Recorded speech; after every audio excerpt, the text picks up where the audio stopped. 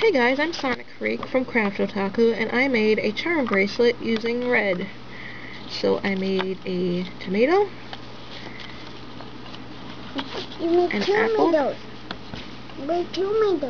with a dark red stem, an M&M, a heart, which is kind of messed up on one side, another M&M, some cherries, again with a dark red stem, and this, I don't know if that actually looks like what it's supposed to be, but that's supposed to be lipstick. And all the findings are red.